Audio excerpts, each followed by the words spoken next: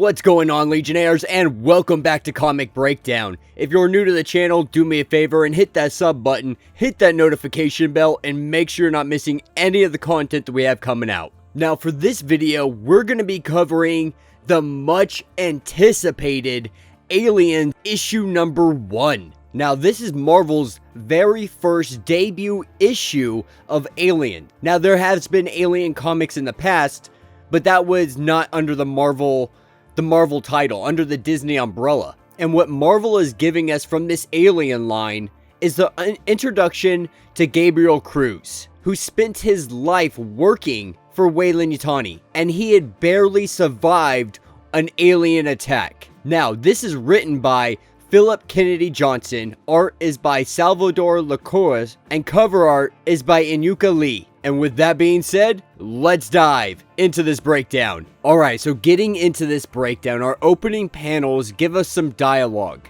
talking about the darkness, how you couldn't even comprehend the darkness that he's come to understand. And this is where we see images of somebody inside a pod, and on the glass it reads, "Alien Inside." And this is when we hear a voice ask, "What do you find there, Gabriel? What do you find in the dark?" And what he finds in the dark every time he closes his eyes is them, the aliens, beetles on the corpses of creation. And he sees her. She is with them, her eyes blind, cloudy, and still. And all he can feel is though he is beneath her notice. And in all the universe, she is the queen among leapers, a goddess among maggots. And this is where we see some amazing artwork of the queen of the Xenomorphs and all of her little minions. And this is where we get our glimpse at Gabriel at the Epsilon Orbital Research and Development Station in the year 2200.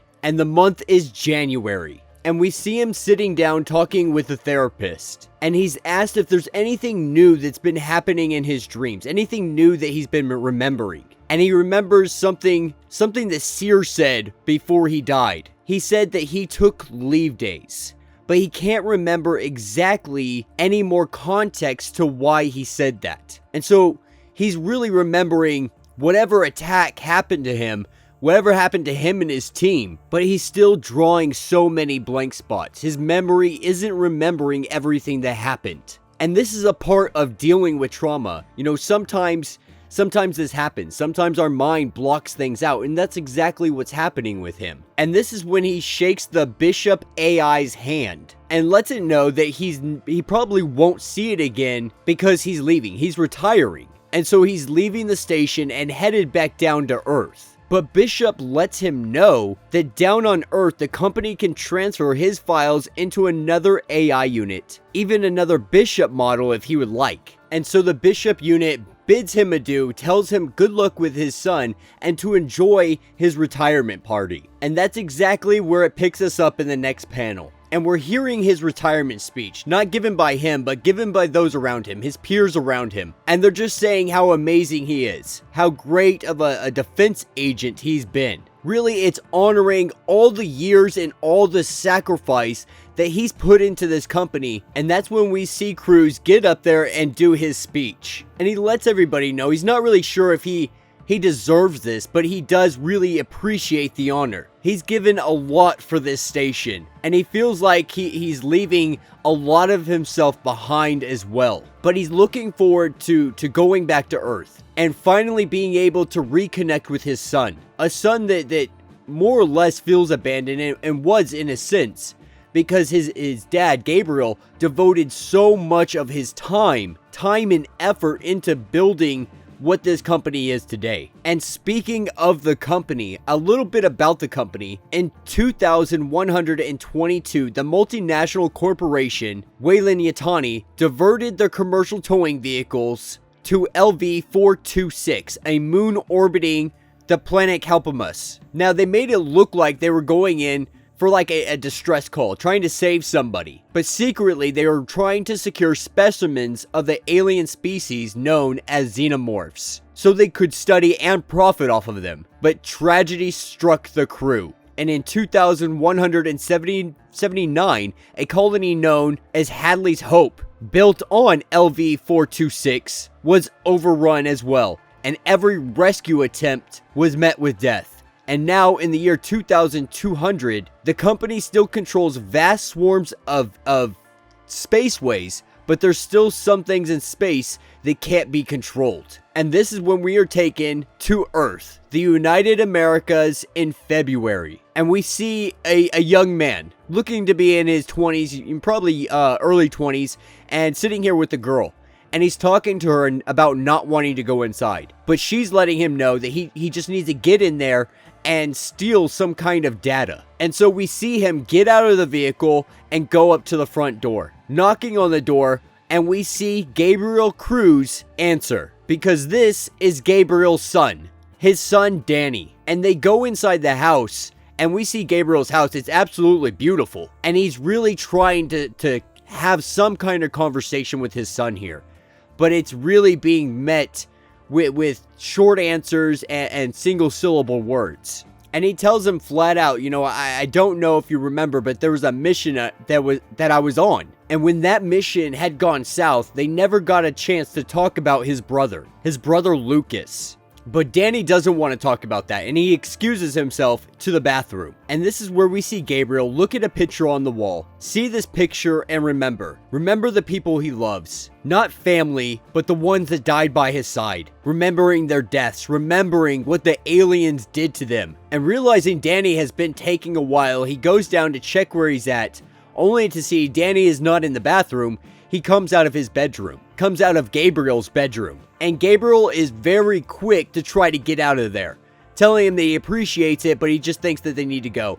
And so much so that he kind of starts an argument here about how he was never there and how he devoted himself to that company. And so Danny excuses himself and heads back out to the vehicle, getting inside the car, letting his girlfriend know that he got it. Some kind of data from the company with tons of information on it that they want to use. And then we pick up back then, and we see Cruz with his team, all of them tied up, some of them waiting to be taken over, others already having ones on their face. And as they sit here, Sears tells him that he wasn't supposed to be here. And what we're seeing is him remember the conversation, remember why Sears said that he took leave days. And the conversation is essentially saying that he was supposed to go with Reynolds. Him and her were supposed to go out and do this whole leave day thing, but at the last minute, someone called out, got sick, and he had to fill in. So he wasn't even supposed to be here.